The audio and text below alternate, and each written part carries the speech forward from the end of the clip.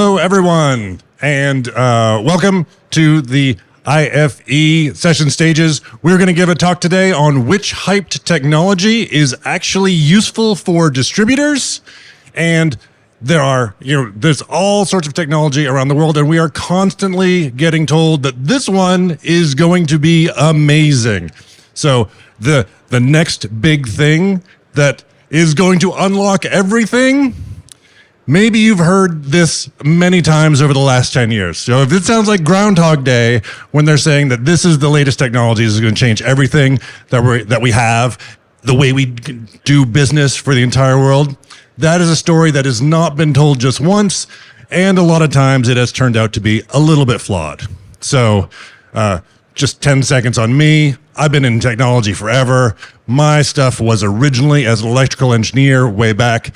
I've been through big data systems, tiny little electronic devices, and now I'm doing ERP here in the fastener space. So if we look at what technologies are out there that have popped up in the last 10-ish years, then AI is obviously here. And then we've heard blockchain and VR.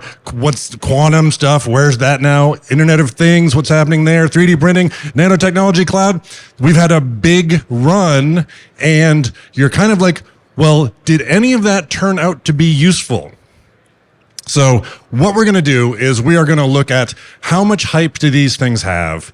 Where does that really place them on their usability, specifically for the fastener industry? So in the word hype gets a little bit of a pejorative sense to it. It's really just publicity or promotion. A lot of times what we think about when we think hype is, well, is it undeserved? So that's kind of what we're looking at today is, can we measure whether that hype was deserved because it ended up being worthwhile or not? So we can't put a number on that exactly, but it turns out that Gartner put together a pretty good framework for how we can measure where we are in this cycle. So they have what they call the hype cycle. Gartner is a big consulting worldwide firm, and what we're going to look at is time versus expectations and where it falls. And usually what we see is a graph like this. Expectations skyrocket, and then they plummet, and then if everything goes well, you end up with sort of a workable output at the end. So if we look at this just via a list, then we would see there's the trigger for innovation when that discovery gets announced, and then shortly after that, everyone gets super excited about it. It's going to solve everything. It's going to change the way we work. And if you've read any news in the last 14, 18 months, AI is going to replace us all, and we'll never work the same way again. So we're at inflated expectations. Shortly after that, everyone realizes, well, we tried it, and that didn't turn out how we like. A little bit later, people actually learn how to use it, the technology matures, and you end up with, now we've actually reached where we can accomplish some things and make this workable, get some usable work out of it. So if we put that on this slope, we have that start there, the trigger, and then we have a peak. Then we all fall into despair, and we hate what we just built, and it's never going to work. And then we learn how to use it, and then we get it working. If that technology matures to where it is actually productive. So we're going to do a little bit of a coverage of a variety of these technologies and talk about them a little bit, and as far as how they fit distribution. And then I'm going to give you my take on where they belong in this on this hype cycle. And so, because obviously, we're going to start right with AI. That's on everyone's mind. There's going to be other talks about it here. We're not going to go into how this works or so much what it does, but just a little bit, we can say that on the positive side, that we've got the text generation is amazing. You can have it write a book. Probably not one that's going to be any kind of a bestseller, but for short stuff, it is certainly usable for marketing applications. It's fantastic at that. AI is really great at saying, I've read this thing 10,000 times before, let me rewrite it. It's super for that. The image generation, also really good. And for stuff outside of distribution, there are some examples where this is really quite powerful already. However, I'm going to be a little bit of a downer on AI for a minute. For distribution especially, there's a lot of stuff that we do that is not white-collar work. AI is not going to help us, drive the forklift. We're a long way from that. It's not going to help us load boxes. It's not going to help us do many of the aspects that we still need to do. Nails, bolts, they're heavy, and computers are not so good at that.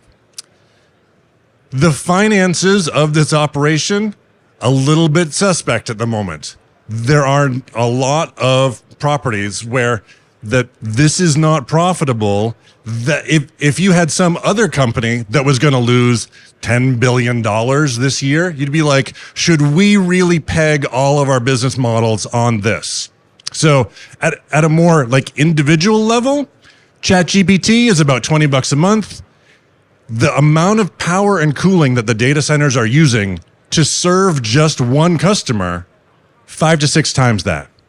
So if you're like, cool, I'll use ChatGPT for $20 a month, would you use it for $100 a month just to have it write some emails for you? And then at scale, what would that look like? So right now, the power requirements of those data centers are so vast that your usage of it is being incredibly subsidized. So where does that fit for a long-term usage? It's not so clear. Then if you look at the number of people that have had ideas about AI that didn't turn out, thousands of companies have already gotten some VC funding, run through it, and disappeared. So that says that if we look at AI, there's already a little bit of backlash in some areas, artist communities and other areas. So it's not all roses. So I'm saying that for AI, we are here. We are very near the peak of expectations. In my view, it will be hard to say we are going to increase how much we expect AI to do, right? Because right now it's being sold as it is going to do everything. It would be difficult to promise more than that. So my feeling is what we're going to see is, as far as actual applications, what we can sign up as distributors to have it do for us right now. It can do some good work in like processing incoming sales orders. It can process incoming PDFs. We can have some good stuff in the marketing department where it can generate some copy. That's great. The promises that we've seen where it's like, it is going to predict all of your, future demand models. That is not what we have available to purchase now. So I think we're going to see that shortly a bunch of us will be like, oh, AI, everything, I get it. And then in the future, we'll still work up to it. It starts getting some work done. That's where I think we are. Let's jump into Internet of Things. So remind me, what is Internet of Things? We are talking about connected devices, internet connected devices that do not have a user interface. So we're talking small devices that are maybe remotely distributed around the warehouse, and whether or not they're connected via Wi-Fi or a cell signal or other methods, it's devices, sensors, controls that are not PCs. So these have gotten really big. The on-site sensors, they're simpler than ever in that really we've had the ecosystem of different ways to connect them has coalesced into a smaller set. There's, you've seen some smart lights and, LED stuff. You can even get that at Lowe's now.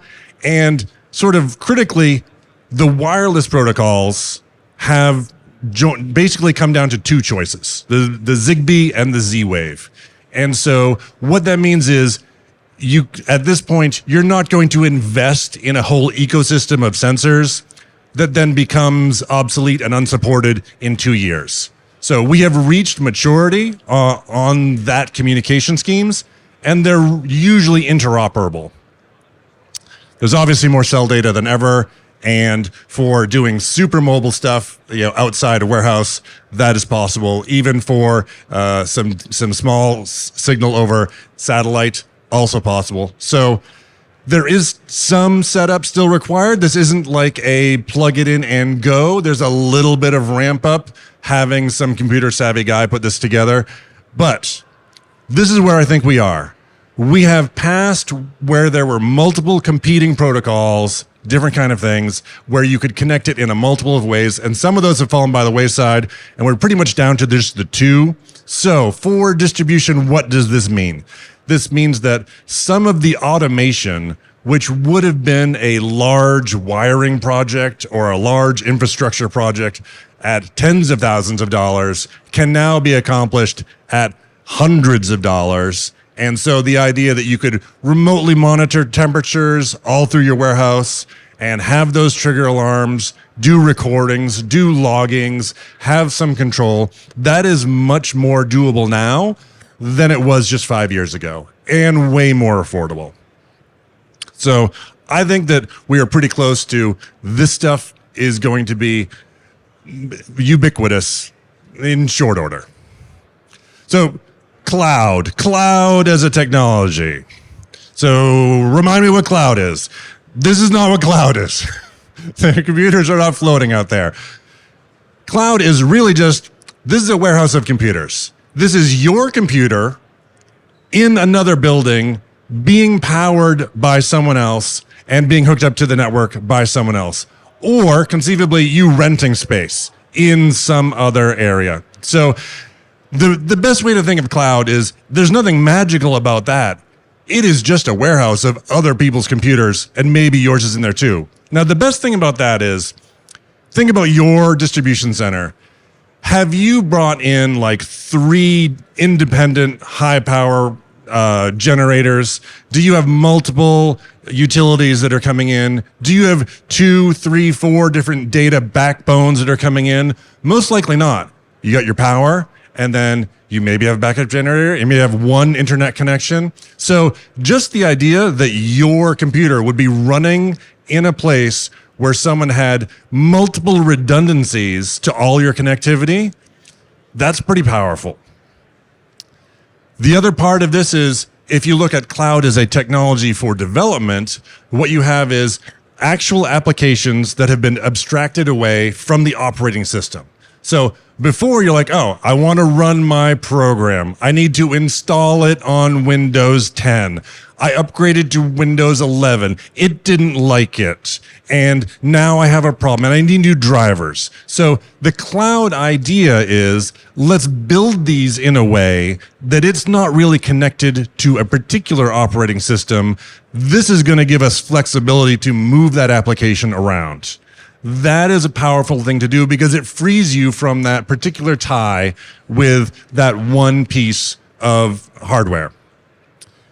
Similarly, if we have virtual machines, and just this is not something that a lot of people, necessarily get into, but here's the idea of what is a virtual machine for a computer. When you think that my computer has to, respond when I hit the H key. Well, what happens there is that H key has a little piece in memory where your operating system is talking to a little piece of memory. And when H shows up, it's like, aha, someone hit the H key. Let me do H business. The same way that a piece of hardware can say, here's an H key, you could write a simulation that said, I'm going to simulate an H showing up. And it turns out you can do that for the whole computer. So essentially you have your Windows 11 device or your Linux machine or your Apple machine running inside a simulation of a computer, and it doesn't know. It can't tell the difference because the simulation acts the same way as the hardware. So for distributors, what all that means is if you have a server sitting in your closet, you can take that entire machine as it sits right now and convert it into a piece of, a data file that will run inside a virtual machine. So you're like, Anders, we have on-site servers. Yep.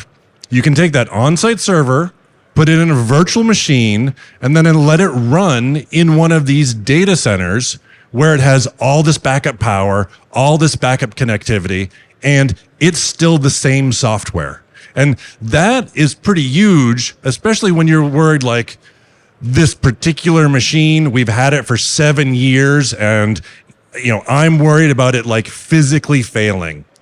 If you virtualize it, you can have backups of it. You can move it to the cloud. So that's pretty powerful. So if we say this cloud technology is everywhere, these guys, Amazon, Google, Microsoft, IBM, they make plenty of money on it. It's one of the most profitable areas of Amazon is just doing their cloud services. So this isn't going away. It has a proven business functionality, and that business model is stable. The scaling ability, if you need to bring up other servers, is also really good, much more than you could order new machines and bring them in. And it's much more reliable as far as having it so that, no one accidentally unplugs your server because they're plugging in the vacuum to clean up your office, right? And having had that happen, that is a reality. So it's profitable for the providers. There's not a business danger there. Conceivably, some of you guys have military issues where you need some secure operations. That is more tricky. All of the major providers have put together military satisfactory clouds that are encompassed in a secure areas. In general, you can worry about some sprawl, both for infrastructure and architecture. If you're like, well, just throw another virtual machine, another application, another this. It can be, because it is so easy to expand, you can have a little trouble. But here's where we are in this. Cloud is a working technology, and it's stable, and it's going to be here for a long time because it works so well. So if you're a distributor and if you have on-site servers, I'd look at, can I move those into a more stable, protected area? Blockchain. Blockchain was all over the place 5 years ago. What is blockchain? Blockchain is essentially, it's a database. It is a record of transactions. The difference is it doesn't live in one machine. It is decentralized, and no one can go back in time and change it because multiple different outside places are constantly verifying it. So all of the transactions, because they're happening between different places, are all public. And what does that get you? It gets you a lot of traceability. So there are a few industries where that traceability is super important. Food, we want to know where it comes from. Fish, there's a lot of issues with, what nation that came from and where was that sourced. Obviously, diamonds can have some serious problems of what countries they come from and what is the economy and things like that. So if you want to prove that these are not blood diamonds and they came from this area, then you can do that. So it turns out there are some good uses for that. It's slow. It's not as fast as having your own on-site database, and super ecosystem dependent. What I mean by that is this is not something that you can generally put forward for yourself, meaning that it takes an industry to get together and decide we are going to use this technology, and all of us publicly are working on this. So for a distributor, if you're like, I like the idea of traceability and blockchain, it is super difficult until you can get everybody in it. So almost unusable for us within the fastener industry. So I'd say it's here. We have passed the trough of despair, and we are at, this is workable technology in very specific areas. Solar. This is super quick. The thing about solar is costs have come down a lot, ridiculously. This is just the last 10 years, and from 5.5 to 1.7. This is the last 40 years. It is no mystery that you look around on this building, on all the Walmarts, on all the Lowe's, on all the Home Depots, all those guys, all the Targets, they all have solar on top. It is certainly the case that they did not all get tricked by some salesman into thinking that this was going to be a good idea. If you own your building as a distributor, I would re-look at the idea of, dudes, let's put solar on it. So we're here. That has dropped that much. Headless content management system. You may not have come across this one. So a content management system is basically my web content, all of the text that I have. And the idea with headless is we have this as a no default web view, meaning that what we want to do is it's designed for multi-channel. So you're like, I'm going to build an ad and it's going to show up in my website. And then I'm also going to have it show up in my Instagram feeds. And that same content is going to get pushed through to my SMS channels. That was the idea behind it. It turns out that there's a lot of engineering and almost no one uses this because it solves a problem for like Nike. If you are that size, then maybe you would consider a headless CMS.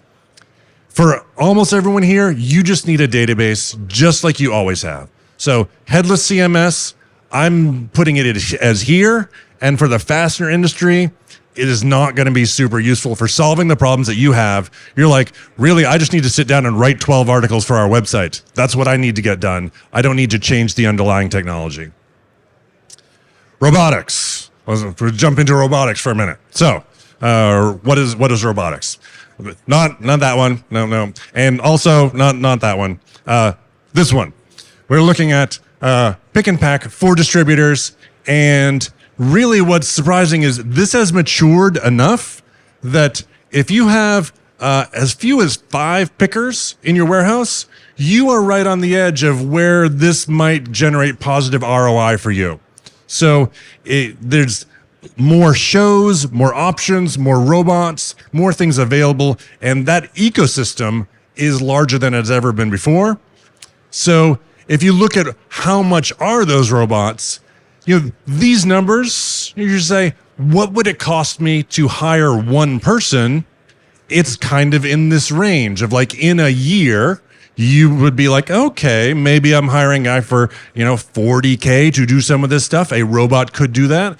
So this is now at a scale where you could look at this and say, reasonable for me to say, I've got 20 guys in my warehouse. I've got 5 guys picking, the rest are driving forklifts. I might consider bringing a robot in. So we're here at this point. It is not quite that you can just order one and say, hey, Bobby the robot, I want you to work in the warehouse. There's still a little bit more than that, but we are well on the scale that we are nearing the end of this hype cycle. They are delivering the expectations. Big data. We heard a lot about big data also a few years ago. So remind me, what is big data? We're talking about transactions of data where you have millions of people that you are looking at. So we're talking, social media would be one example, but also sensors from, oil rigs or temperature sensors or all kinds of things where you're looking at things that are really large amounts, larger certainly than what we would look at in an ERP. And you also want to do that almost in real time. So you have a lot of processing that doesn't fit in a traditional database model super well. And you're usually also mixing sources. So it's not just one place that you're pulling it in from. You might be pulling it in from sensors and media and people all at the same time. So there's a trick there. So scale is everything. And for distributors and fasteners here, we do not meet the scale where big data is really what we are doing. So even big is relative. Some of the older ERP systems, we couldn't even necessarily keep full logs of all of the data. And, now I'm going back to like the 70s and 80s here. We would like only keep the averages of costs instead of keeping every transaction. We can do that now even in smaller systems, but even that isn't big.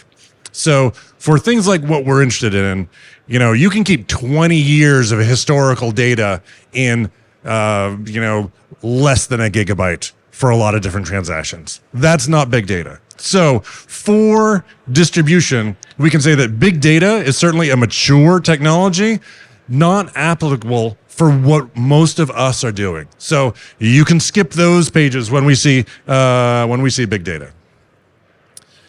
So that brings us, that's several queso time. Question time. We're at question time. So does anyone have some particular technologies that they would like to get to? Maybe ask me where they think they fit. Miss Lippincott, do you have any that you're excited about?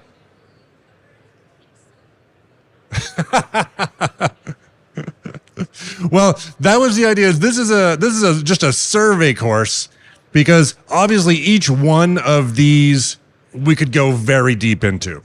And if you have questions about them, I would be super happy to cover those. You can find me at the ALOX booth over at 875 if you want to get further into that. You folks got any over there? Any questions for you guys? Yeah, you. Open floor? All right. Well, they only gave me half an hour, so that's why I kept this pretty, moving pretty quickly. Thank you so much, everybody. My name is Anders Green with ALOX, and thanks for coming to IFE and supporting this show.